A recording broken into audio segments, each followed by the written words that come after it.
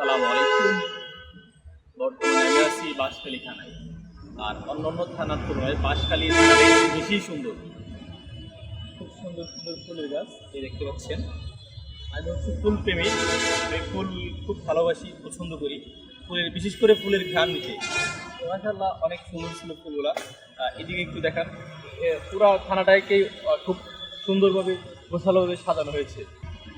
ওই পাশটাও অনেক সুন্দর। ওর পাশাপাশি যদি আমি আরেকটু দেখাই, আসেন আপনি আমার সাথে একটু আসতে কষ্ট করেন।